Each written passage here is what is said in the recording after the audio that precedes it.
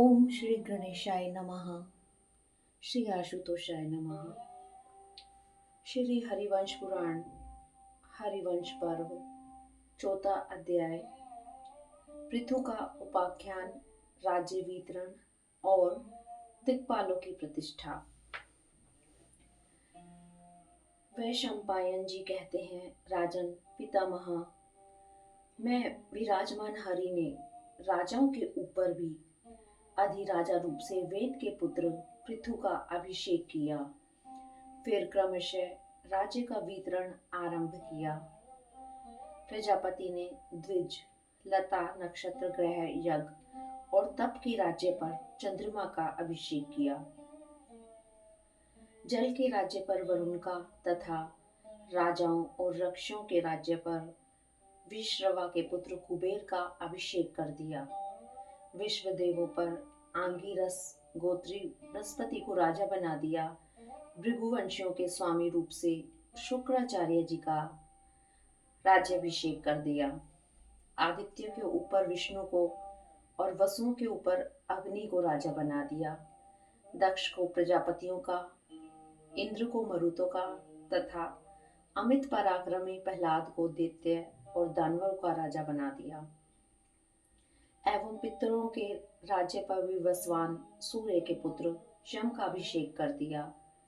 षोडश मात्र का व्रत मंत्र, गो, यक्ष, राक्षस, पार्थिव पदार्थ और साध्य देवताओं के राज्य पर नारायण का अभिषेक कर दिया और रुद्रों के राज्य पर वृषभ ध्वज शंकर जी अभिषिक्त हुए।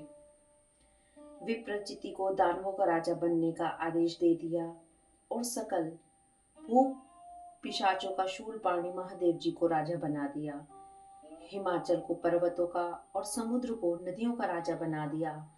गंधर्व द्रव्यों, मरुदगणों, अमूर्त भूतों तथा शब्द और आकाशवाणी वस्तुओं के राज्य पर भी बलवानों में श्रेष्ठ वायु का अभिषेक कर दिया। प्रभावशाली चित्ररथ को गंधर्वों का स्वामी बना दिया। वासुकी को नागों का और तक्षक को सर्पों का राजा बनाया। हाथियों का ऐरावत को, घोड़ों का उच्चैश्रवा को और पक्षियों का गरुड़ को राजा बना दिया। वनचारी पशुओं पर सिंह को तथा गौं पर सांड को स्वामी बनाया और पाकड़ को वृक्षों का प्रभावशाली राजा बना दिया। सागर, नदी, मेघ, वर्षा और सूर्य की किरणों के अधिपति पद पर पर्जन्य का अभिषेक कर दिया। दाढ़ वाले समस्त सर्पों के ऊपर शेष को, सर्पों और सरीसृपों के ऊपर तक्षक को राजा बना दिया। गंधर्व और अप्सराओं के ऊपर ऐश्वर्यशाली कामदेव का अभिषेक कर दिया। ऋतु, मास, दिन, पक्ष, रात्रि, मुहूर्त, तिथि, पर्व, कला, काष्ठा के प्रमाण, उत्तरायण और दक्षिणायन की गति तथा उपराग अर्थात ग्रहण पर प्रभु संवत्सर का अभिषेक कर दिया। भारत पिता मैंने इस प्रकार क्रम पूर्वक राज्यों का विभाग करके फिर दिक्पालों की स्थापना की थी।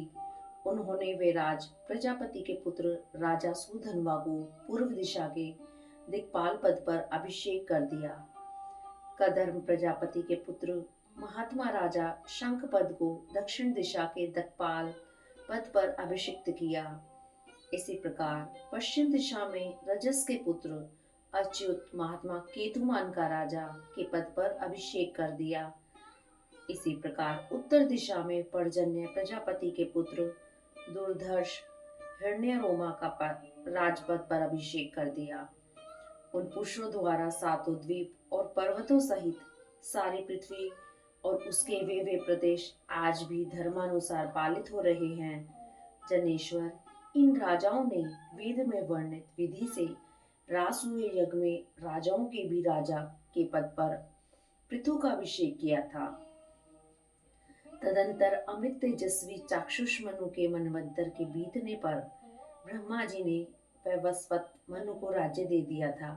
निष्पाप राजेंद्र, यदि आप अनुकूल रहकर सुनना चाहते हो तो मैं आपसे वैवस्वत मनु के विस्तार का वर्णन करूंगा। मैंने आपको यह बड़ा भारी प्राचीन इतिहास कह सुनाया। इसको सुनने से प्रतिष्ठा बढ़ती है, धन मिलता है, यश मिलता है, आयु की वृद्धि होती है और इस शुभ आख्यान को सुनने से अंत में स्वर्ग की प्राप्ति होती है।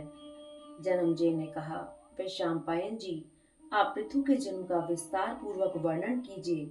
उन महात्मा ने इस पृथ्वी को किस प्रकार दूहा था, पितरों ने इस पृथ्वी को जिस प्रकार दूहा था, देवता तथा ऋषियों ने, दैत्यों और नागों ने, यक्षों और वृक्षों ने इस पृथ्वी को जिस प्रकार दूहा था, तथा पर्वत, पिशाच, गंधर्व, द्विजोत्तम और महान शक्तिशाली राक्षसों ने इस वसुंधरा पृथ्वी को जिस प्रकार दूहा था, वह बताइए।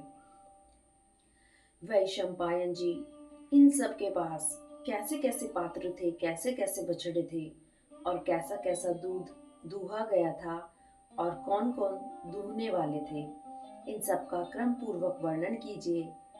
तात, प्राचीन काल में महर्षियों ने जिस कारण से वैन के हाथ का मंथन किया था और महर्षियों ने जिस कारण क्रोध किया था, उस कारण का भी आप वर्णन कीजिए। वैशंपायन जी ने कहा, जन्मजय, मैं तुमसे वेन के पुत्र पृथु का चरित्र अब विस्तार पूर्वक कहता हूँ। इस चरित्र को एकाग्र और सावधान होकर सुनो।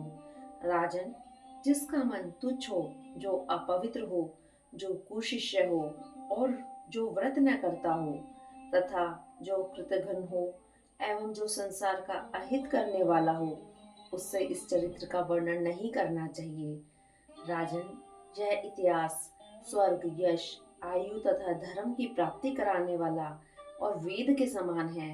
ऋषियों ने इस रहस्य का वर्णन किया है, इसे तुम यथार्थ रीति से सुनो।